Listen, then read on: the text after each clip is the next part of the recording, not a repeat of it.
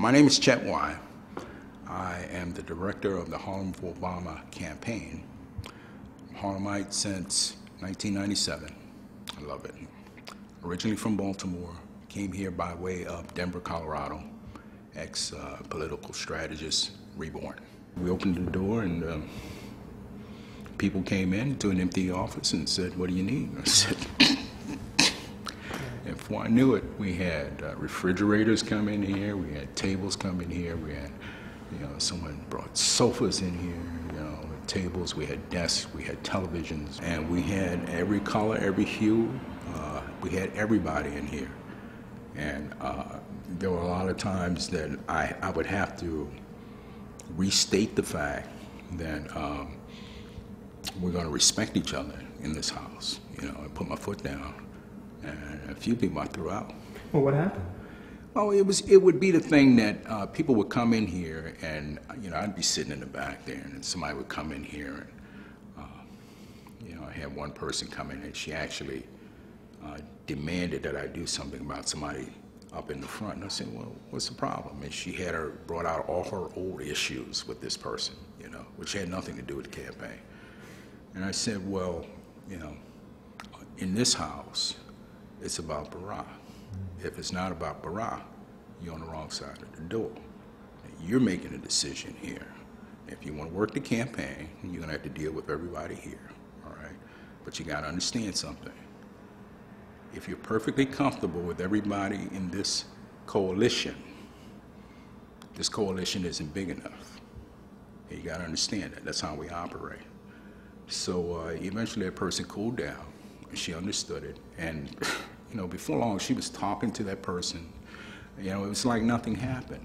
And we got a lot of issues in this community that go back so far back, people forgot what they're about, but they know they have an issue. They were racial, they were economic, they were all those things, but they were all put down by the common effort. So it was just a lesson that in communities, you have some common chord, or you wouldn't have a community, all right? And sometimes we have to find ways to keep hitting that chord, all right?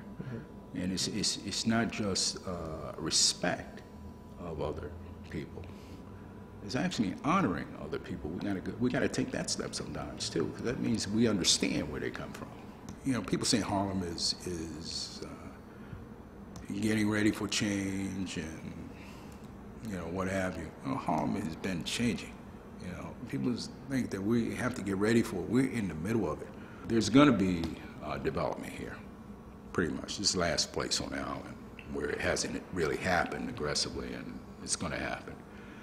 But it shouldn't be thought of to the point where it's an either-or situation. I mean, we're building up these towers of luxury, these condos and all that, eventually they're gonna fill up with people that got money, But in looking at the island and how development happens here, I mean, it's not the urban sprawl that we're used to, because you can't build laterally, you gotta build up.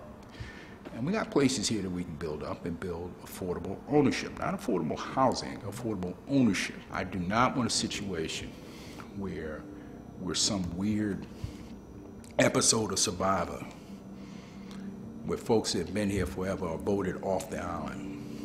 That shouldn't happen. And we can do both. And we have to appreciate the fact that Harlem is different demographically. It's going to be different. There's nothing anybody can do about that. You have to embrace other cultures just like other neighborhoods have had to. But we can keep Harlem's core essence together. A lot of people appreciate that coming here. And a lot of people come here just for that. So, why, lump people in this bucket that is us and them sort of thing, when we appreciate some of the same things. We got to find out what we appreciate. There are some things culturally that we have to protect. I don't want any street names changed. I want the drummers in Marcus Garvey Park, because it's part of me. I'm not going anywhere. So people who come in here, like if you buy a house on runway near the runway of an airport, you can't be upset that the jets start landing. All right, so they need to understand that. But we have to recognize that this is a world-known, world contributor. Harlem is culture, and people who come here are not lost on that. You know, it's very attractive to people who come here. They embrace it. When they get into it, they really get into it. So it's us and them. You know, we're gonna tone it down. Be specific.